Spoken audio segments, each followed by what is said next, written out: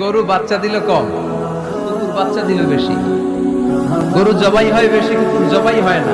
গরু আমরা খাই বেশি, কুকুর খাই না। তারপরেও গরু বেশি না কুকুর বেশি? আওয়াজ করে বলতে হবে গরু না কুকুর। কারণ গরু খাওয়া হালাল, আর হালালে বরকত ঢুকাই দিছে কে?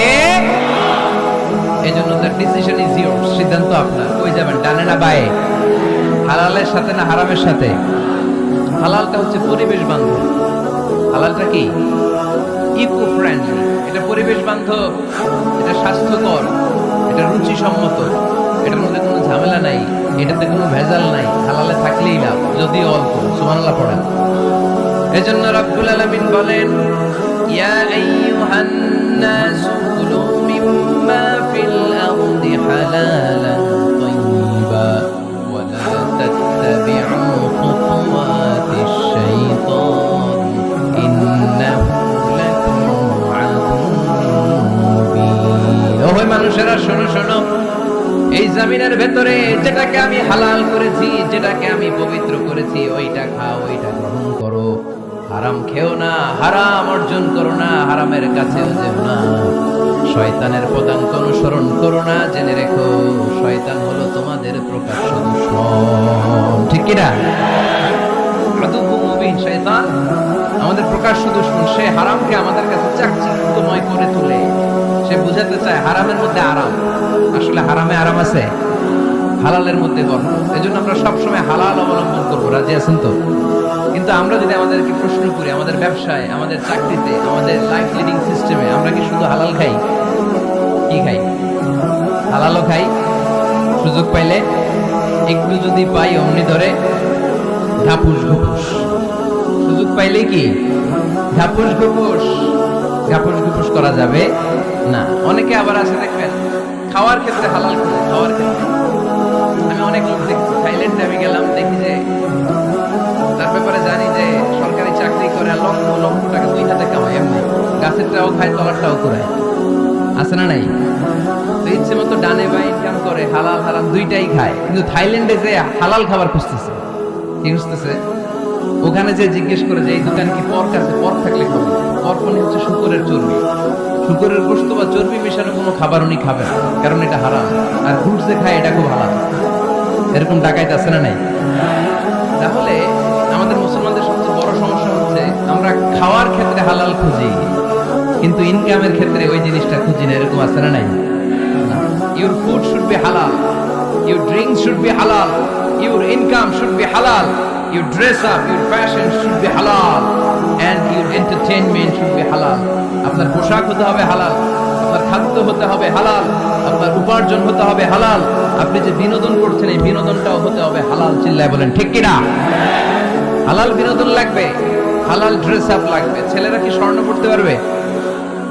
ছেলেরা কি সিল্কের জামা পড়তে পারবে? আমরা সিল্কের জামা পরি না, এটা আমাদের জন্য হারাম করেছে কে? ছেলেরা জুয়েলারি পড়তে পারবে? গলায় চেন পড়তে পারবে? হাতে ব্রেসলেট দিতে পারবে? আছে না নাই? এখানে অনেকের আছে না নাই? দেয়া যাবে? অনেক ছেলে দেখবেন আবার কানের মধ্যে ছিদ্র করে। আছে আছে না? এগুলো করা যাবে? দাড়িতে চুলে কালো রং দেয়া যাবে? এটা ধোঁকাবাজি। এটা কি? মান গাশশানা ফালাইসা মিন্না। আল্লাহর হাবিব সাল্লাল্লাহু আলাইহি ওয়াসাল্লাম বলেন, the person who deceives us, he is not among us। যে আমাদেরকে ধোঁকা দেয় সে কখনো আমার উম্মত হতে পারে। মদিনার খেজুরের বাজার ভিজিট করতে গেলেন আল্লাহর হাবিব সাল্লাল্লাহু আলাইহি ওয়াসাল্লাম, অডিট করতে গেলেন।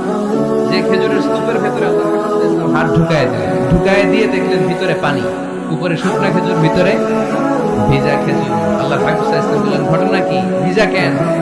ব্যবসায়ী বলতেছে বৃষ্টি হয়েছিল। কি হয়েছিল? তো বৃষ্টি হইলে তো তার নমুনা সব জায়গায় থাকবে। তখন আল্লাহর হাবিব সাল্লাল্লাহু আলাইহি ওয়াসাল্লাম দাঁড়িয়ে বলেছিলেন, খবরদার, মান গাশশানা ফালাইসা মিন্না। যে আমাদেরকে ধোঁকা দেয় সে আমাদের দলভুক্ত হতে পারে না। এজন্য আমরা যেন কাউকে ধোঁকা না দেই, আমরা যেন হারামের সাথে সম্পর্ক জুড়ে না দেই। আমাদের সম্পর্ক হবে হালালের সাথে। চিল্লায় বলতে হবে কিসের সাথে? আজকের মাহফিলটা তখনই সার্থক হবে যখন এই কথাগুলো শুনে আমরা এই সিদ্ধান্তে উপনীত হতে পারবো যে আমার ফুড, আমার ড্রিঙ্কস, আমার ইনকাম, আমার ড্রেস আপ, আমার এন্টারটেইনমেন্ট, আমার সবকিছু হালাল দিয়ে আমি সাজাবো। আমার জীবনটাকে আমি হালাল দিয়ে সাজাবো। রাজি আছি না নাই? সব হালাল হইতে হবে। নারীদের ফ্যাশন, অনেক নারীরা ফ্যাশন সচেতন, খবরদার নারীরা টাইট ফিটিং পোশাক পরতে পারবে না। পারবে? পাতলা পোশাক পরতে পারবে না। তারা নিজেদেরকে আবৃত করে রাখতে হবে। টাইট ফিটিং পোশাক পরতে পারবে না, অন্য ধর্মের পোশাক পরতে পারবে না, পর চুলা লাগাতে পারবে না। এই ফোর কর্নার্স, এই বর্ডার গুলো মেনে নারী যে কোনো ধরনের ফ্যাশন নিতে পারে। এই ফ্যাশনগুলোকে বৈধ করেছে কে? এজন্য রাব্বুল আলামিন বলেন, ইয়া আইয়ুহান নাসু কুলু মিম্মা ফিল আরদি হালালান তাইয়্যিবা ওয়া লা তাত্তাবি'উ খুতুওয়াতিশ শাইতান ইন্নাহু লাকুম আদুউম বিন। সুবহানাল্লাহ। ওহে মানুষেরা, এই জমিনে যেটা পবিত্র আর হালাল বলে আমি ঘোষণা দিয়েছি সেটা খাও, কারণ সেটাতেই বরকত। আর শয়তানের পদাঙ্ক অনুসরণ করো না, কারণ শয়তান তোমাদের প্রকাশ্য শত্রু। কথাটা বলেছেন কে? তাহলে আমরা হালালের পক্ষে না বিপক্ষে? এই আপনাদের গলার আওয়াজ। হালালের পক্ষে না বিপক্ষে? হারামের পক্ষে না বিপক্ষে?